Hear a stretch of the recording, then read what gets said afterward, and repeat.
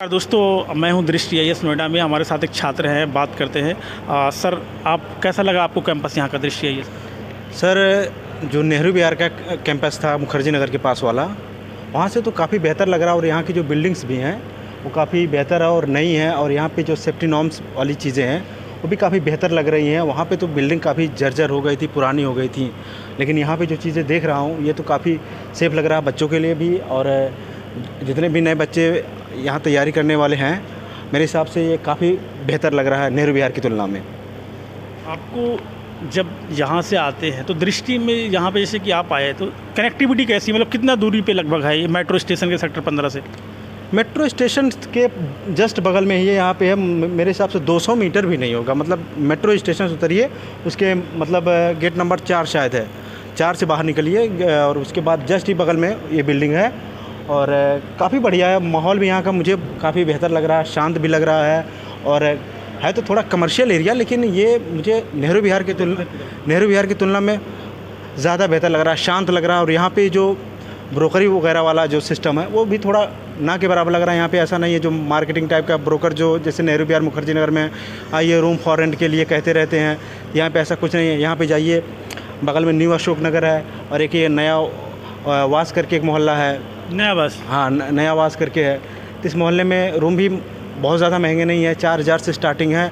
और उसके बाद ऊपर आप जितना हिसाब से अपने हिसाब से आप बजट बढ़ा सकते हैं और उस बेहतर मिल सकते हैं। स्टार्टिंग 4000 के आसपास में। और अभी हम लोग भी देखने ही आए हैं, जो हमें पता चला है, और उससे तो काफ़ी अच्छा लग रहा है। तो अभी सोच रहे हैं हम लोग भी शिफ्ट ही होने के लिए, क्योंकि वहाँ पे तो भीड़ लगभग कम हो गई है। वहाँ पे मकान मालिक अभी भी रूम रेंट का कम करने का नाम ही नहीं ले रहे हैं। ऐसे भले उस दिन मनोज तिवारी साहब आए थे तो बहुत कुछ बोले हैं कि ये होगा वो होगा।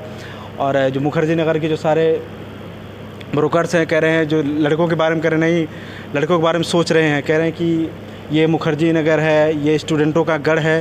तो मेरे हिसाब से वो लोग बच्चों के हित के बारे में ज़्यादा नहीं सोच रहे हैं। उनको बच्चों के हित से लेना ही देना नहीं। क्योंकि मैं भी पिछले नेहरू विहार में 5 साल से रह रहा हूँ, तो मुझे इससे बहुत बढ़िया आइडिया है कि वो बच्चों के बारे में सोचते ही नहीं है। कोविड में इनको एक मौका मिला था सुधरने का। वहाँ मैं 3500 भी रुपया महीने का दिया था, क्योंकि कोविड के टाइम में माफ़ नहीं हुआ था, दिया था 50%। लेकिन जैसे ही कोविड ख़त्म हुआ, इन लोगों ने फिर अपना असली रूप दिखा दिया कि मतलब कोई नहीं, अब सीधे सीधे फिर 8000 मेरा रूम का रेंट है। तो अभी मतलब इनसे जो कहते हैं कि नहीं, बच्चों को यहाँ पे रहना है, ज़रूरी है, यहाँ से चला जाएगा तो बच्चों का फ्यूचर, ये वो जो आज देख रहे हैं तमाम वीडियो वगैरह जो प्रदर्शन उनका चल रहा है मुखर्जी नगर बचाओ, उनका बच्चों से कोई लेना देना नहीं। वो अपना बिजनेस है, बस उनके बिज़नेस में थोड़ा सा आँच आ रही है, तो इस वजह से वो थोड़ा सा घबराए हुए हैं। आपको मुखर्जी नगर और यहाँ में जैसे कि आप कैंपस यहाँ पे घूमा, कैंपस का आपको जैसे कि कितना सिक्योरिटी के नाम से अगर देखा जाए तो कैसा लग रहा है आपको? सिक्योरिटी के हिसाब से ये नेहरू विहार मुखर्जी नगर से तो काफ़ी बढ़िया है। क्योंकि मुखर्जी नगर में जो जितनी बिल्डिंगें हैं सब एक ही एंट्री है और एक ही एग्ज़िट है। मतलब जिस गेट से जाओ उसी गेट से एंट्री, वो भी पतले हैं। मतलब एक ही आदमी उसमें से एंटर कर सकता है और एक ही बाहर आ सकता है। मतलब उसमें 2 लोग भी नहीं जा सकते। तो क्योंकि मैं भी तो क्लास किया हूँ वहाँ पे, तो मैं बड़े अच्छे से जानता हूँ। तो वहाँ पे सेफ्टी के मामले में, बिल्डिंग्स के मामले में, वहाँ की बिल्डिंग भी काफ़ी पुरानी है। मतलब मुझे याद भी नहीं हो कब की बिल्डिंग्स है। और इसके बाद वहाँ पे प्रदर्शन भी कर रहे हैं। मतलब वहाँ ये देखिए कि इससे पहले भी जो मुखर्जी नगर में एक आग लगी थी, तो आग इसी वजह से, वहाँ पे बच्चे जो थोड़े से धुएं से घायल हुए थे, जो 4-4 फ्लोर से कूदे थे। अगर वहाँ पे गेट होता है एग्ज़िट, अगर और भी गेट होते हैं तो शायद ऐसा थोड़ी होता। लेकिन वहाँ पे एग्ज़िट है ही नहीं, एक ही एंट्री, और वो एंट्री पे वहीं पे आग लग गई। तो कैसे संभव हो कि वो बच्चे कहाँ से निकले? तो फिर उनकी मजबूरी बन गई, क्योंकि उनको लग रहा था कूदेंगे तो हाथ ही पैर टूटेगा, तो जान तो बच जाएगी, क्योंकि अब वहाँ से तो जा नहीं सकते, वहाँ तो आग लगी है। तो उस हिसाब से काफ़ी बड़ा कैंपस, एक बार देख लीजिए कितना बड़ा कैंपस है। मतलब यहाँ से कहीं से भी शीशे वगैरह तोड़ के कहीं से भी निकल सकते हैं, इतना बड़ा एरिया है। और पूरा स्पेस भी है बाहर।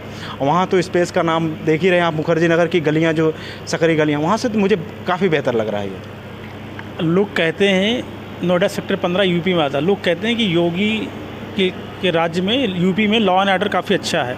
आपका क्या इस पे विचार है? हाँ, लॉ एंड ऑर्डर अगर देखा जाए तो योगी के राज में तो अच्छा ही है। क्योंकि लॉ एंड ऑर्डर मतलब अगर देखा जाए तो जो करप्शन हो गया या फिर सिक्योरिटी हो गई हो, इस मामले में तो योगी परफेक्ट हैं। तो ठीक ठाक है। लास्ट में एक सवाल, मुखर्जी नगर की तरह से क्या नोएडा मुखर्जी नगर की तरह की क्या नोएडा IAS हब बन पाएगा?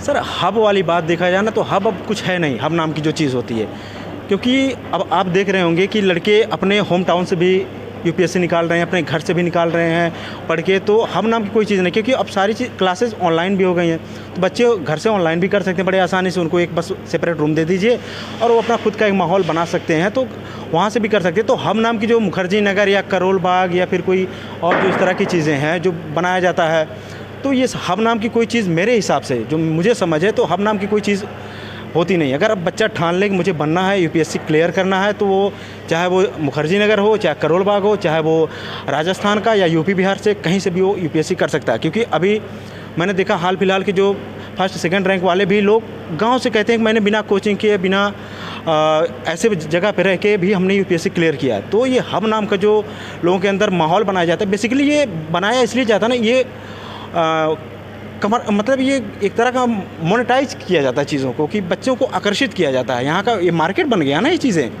तो मार्केट में लोग उनको बुलाना चाहते हैं कि आइए हम मार्केट में, यहाँ पे जो ब्रोकर्स हैं यहाँ पे सबको हर तरह के कुछ ना कुछ हिस्से के उनके पैसे मिलते ही रहते हैं लोगों को।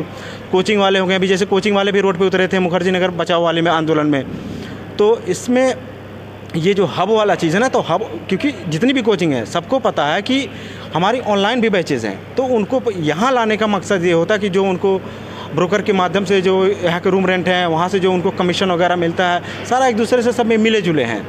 तो ये जो हब बनाया गया ना, तो बेसिकली हब इसीलिए बनाया गया है कि अपना फ़ायदे के लिए बनाया गया है। बाकी ये हब नाम का कभी हुआ करता होगा, क्योंकि आज तो सुविधाएँ काफ़ी बढ़ गई हैं ना, अब तो इंटरनेट की सुविधा बढ़ गई है और सारी कनेक्टिविटी अच्छे से हो गई, सबके पास स्मार्टफोन हो गए हैं, लैपटॉप हो गए हैं। तो पहले नहीं होता था, पहले ये चीज़ें समझ, जैसे हम लोग आए थे 2019-20 के आसपास में, तो 19-20 में वो चीज़ें उतनी ना सोशल मीडिया था, यूट्यूब वगैरह था, स्टार्टिंग फेज़ में था, तो उस समय इसका बहुत ज़्यादा वर्चस्व नहीं था। अभी देखिए सारी चीज़ें बड़ी आसान हो गई, आप घर पे रह के, आप दूर दराज कहीं भी रह के आप बड़े आसानी से कर सकते हैं। और मेरे हिसाब से हब का आप कोई बहुत ज़्यादा मतलब नहीं है।